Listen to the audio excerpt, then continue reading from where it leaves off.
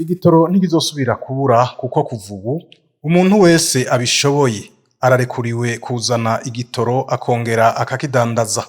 Bivugwa n'umukuru w'igihugu Evariste NDAYISHIMIYE. Nitureme twari twarose gusa abantu bashaka kudutobera baradutobeye turabaha amahera y'agaciro ntibazana bacagenda barisinzirira. Ubu rero vyatumye igihugu tuca tuva tuti tuvyifatire mu ntoki, hanyuma burya abo nyene batoba barabanje kudutobera nyene baranga. N'ubu rero hajya tuguma dusiganwa turekana kukajisho kuko bari baramaze kugira umutima ntazi ingene no wita.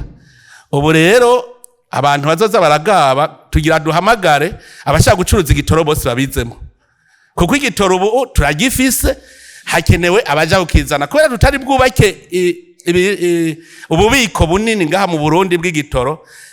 Twarakiguze tugishira aho twakose hajya muri Tanzania.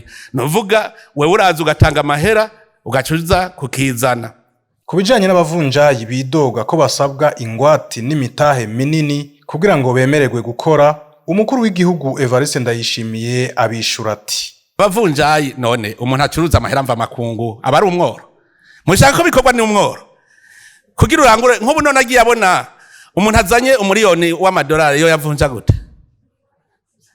Tutegerezwa kubona yuko koko atari umuntu w'umwigano. Ntushobora gucuruza amahera mva makungu utari umuntu ushobora kwereka ko ufise icizere kweje utazohomba. Waduhenze ugacomba ejo twokwemerera.